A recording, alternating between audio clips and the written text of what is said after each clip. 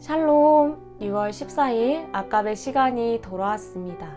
오늘 함께 나누실 말씀은 로마서 9장 19절에서 29절까지의 말씀입니다. 어제부터 우리가 함께 나누고 있는 9장에서 11장까지의 말씀은 로마서가 다 쓰여진 후에 누군가가 신학적인 의도를 가지고 추가적으로 삽입했다라는 의혹을 많이 가지고 있는 내용입니다.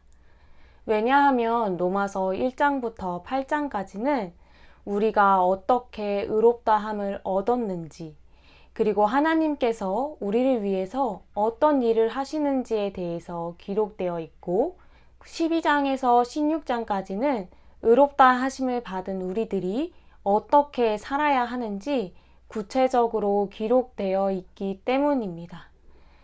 특별히 8장에서 우리의 구원은 그 무엇도 끊을 수 없는 하나님의 사랑의 근거함을 확신하여 선포했기 때문에 그 뒤를 이어서 구원받은 자들이 어떻게 살아야 하는가를 다루는 것이 훨씬 더 논리적으로 합당해 보입니다.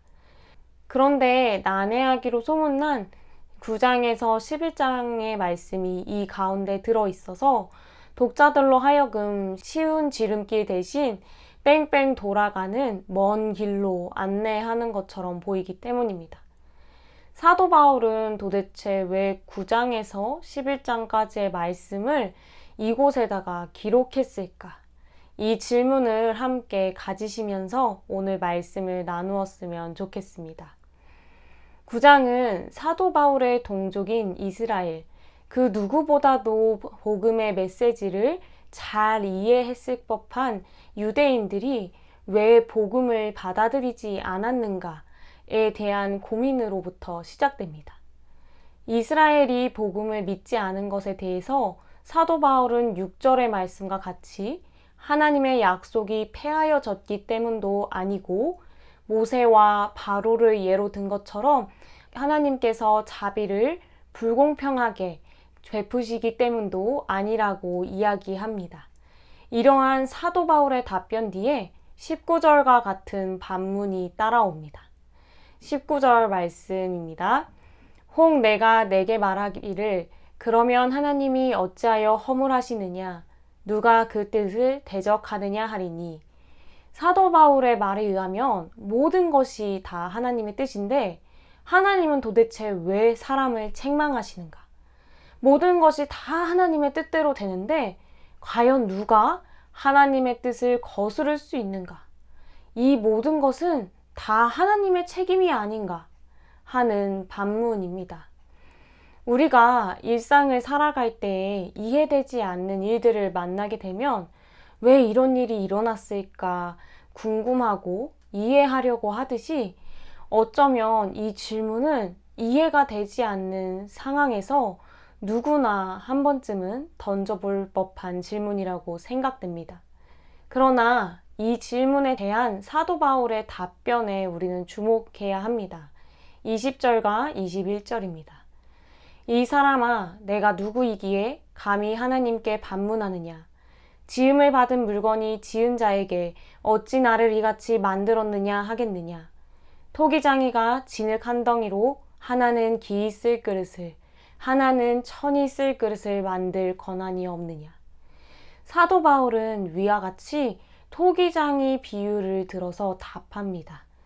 토기장이 비유를 듣는 순간 우리 모두 예레미야 18장 말씀이 떠올랐듯이 이 말씀을 듣는 유대인들도 예레미야 18장 말씀을 떠올렸을 것이고 사도 바울은 아마 이것을 위해서 토기장의 비유로 설명을 한 것 같습니다. 왜냐하면 이 토기장이는 창조주 하나님을 나타내기 때문입니다. 똑같은 흙을 가지고 귀한 그릇을 만들 권한, 또 똑같은 흙을 가지고 천한 그릇을 만드는 것도 모두 토기장이의 권한이기 때문입니다. 즉 하나님께서 누군가에게 긍휼을 베푸시고 누군가에게는 긍휼을 베푸시지 않는 것은 불공평한 것이 아니라 하나님의 권한, 하나님의 절대적인 주권이라고 이야기하고 있습니다. 더 나아가 사도 바울은 하나님과 우리와의 관계를 재정의합니다.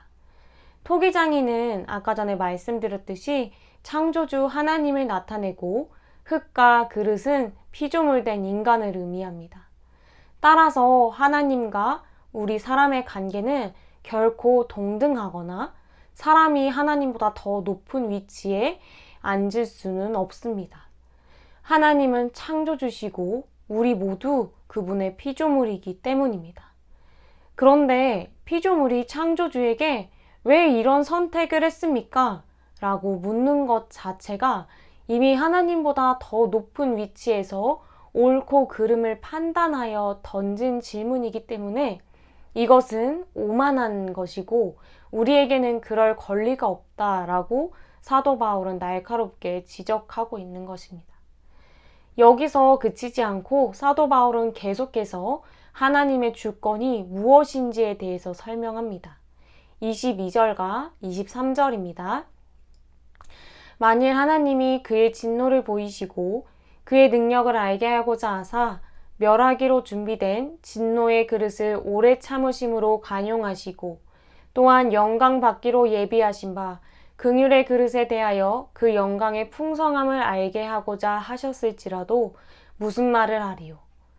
우리는 흔히 하나님의 주권 그리고 인간의 자유의지에 대해서 흑백 논리처럼 생각하는 경향이 있습니다. 하나님이 정했으면 무엇보다 확실하고 빠르게 그 일이 일어나야 한다고 생각하고 그래야 하지만 그것이 하나님의 뜻이라고 생각하는 것이지요. 그런데 사도 바울은 오히려 하나님께서 진노를 보이시고 하나님의 능력을 알게 하고자 멸하시기로 한 자들을 오래 참으심으로 관용하는 것도 불쌍히 여기심을 받은 사람들에게 하나님의 영광의 풍성함을 알려주시기로 하신 것도 결국 다 하나님의 주권이라고 설명하고 있습니다. 만약 하나님께서 모든 사람을 다 구원하셨거나 모든 사람을 심판하셨다면 우리는 아무도 하나님의 영광을 볼 수 없었을 것입니다.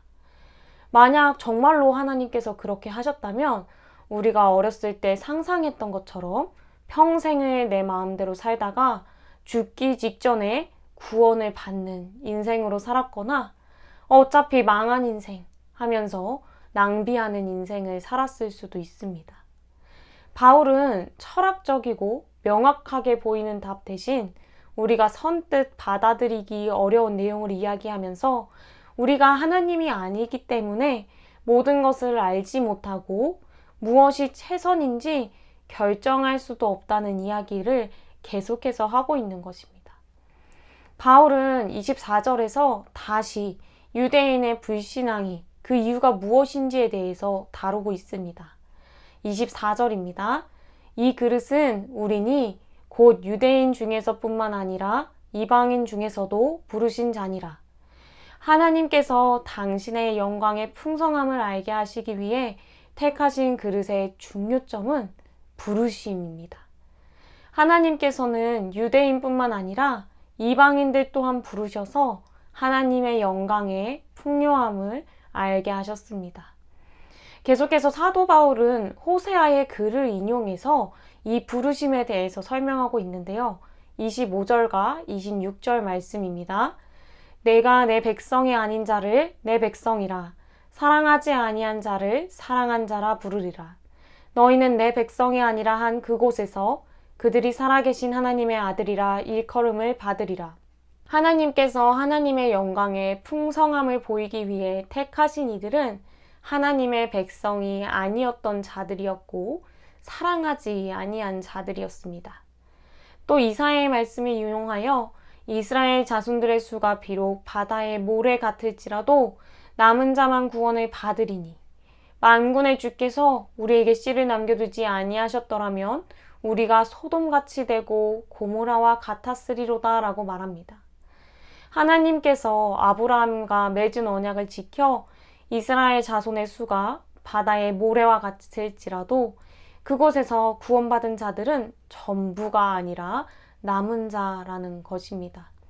즉 하나님께서 남겨두지 않으셨다면 이스라엘은 벌써 소돔과 고모라와 같이 멸망했을 것입니다. 우리는 우리의 작은 머리로 이해할 수 없는 하나님의 일하심을 보면서 쉽게 하나님의 약속을 의심하고 불신합니다. 그리고 자신도 모르는 사이에 너무나 당연하게 스스로 구원을 얻을 수 있는 자로 생각하고 심판자의 자리 혹은 창조주의 자리에서 하나님의 뜻과 하나님의 주권을 재단하고자 합니다. 그러나 스스로 구원을 얻을 수 있는 자가 어디에 있습니까? 우리 모두 다 진노의 그릇이었습니다. 혈통을 따른 이스라엘은 어떠합니까? 이스라엘도 스스로 구원을 얻을 수 없는 다 똑같은 진노의 그릇이었습니다. 호세아의 말씀처럼 로마서 8장 39절의 말씀처럼 하나님의 그 끊을 수 없는 사랑이 구원받을 수 없는 자들을 구원받은 자들로 하나님의 사랑하는 자들로 부르신 것입니다. 다시 처음으로 돌아가 보고자 합니다. 사도 바울은 왜 8장 뒤에 이런 난해하고 알쏭달쏭한 말씀을 기록했을까요? 8장에서 사도 바울은 하나님의 신실하시고 놀라우신 사랑을 확신에 가득 찬 목소리로 선포했습니다. 그 무엇도 끊을 수 없다고 말입니다. 그런데 이스라엘 백성들 가운데 구원받지 못한 이들의 존재, 복음을 받아들이지 못한 이들의 존재는 바로 하나님의 신실하심에 대한 의심, 끊을 수 없는 놀라운 사랑에 대한 불신으로 이어졌던 것입니다. 따라서 사도 바울은 구체적으로 구원받은 자들이 어떻게 살아야 하는지를 다루기 이전에 오늘 본문 말씀을 통해서 하나님은 우리가 예측할 수 없는 놀라운 방법으로 당신의 약속을 지키시는 신실하신 분임을 변증하고 있는 것입니다. 사랑하는 성도 여러분, 우리 또한 이런 하나님의 놀라운 주권적 역사하심에 따라 부르심을 받고 구원을 받은 자들임을 기억하시길 바랍니다. 창조주 되시고 우리는 피조물이라는 하나님의 질서를 기억하면서 신실하신 하나님의 그 부르심을 의심하지 않고 믿음으로 담대하게 오늘 하루를 살아나가시길 축복합니다. 기도하도록 하겠습니다. 하나님 아버지, 우리 안에 우리의 머리로 하나님의 놀라운 역사를 재단하고자 하는 오만함이 있습니다. 불쌍히 여겨 주옵소서.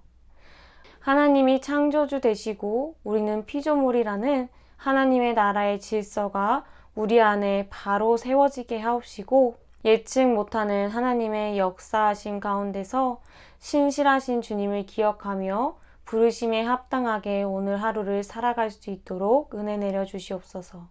감사드리며 살아계신 예수님의 이름으로 기도드립니다. 아멘. 오늘 하루도 말씀을 붙잡고 하나님의 백성답게 담대하게 하루를 살아내시길 축복합니다. 내일 아까베 시간에 뵙도록 하겠습니다.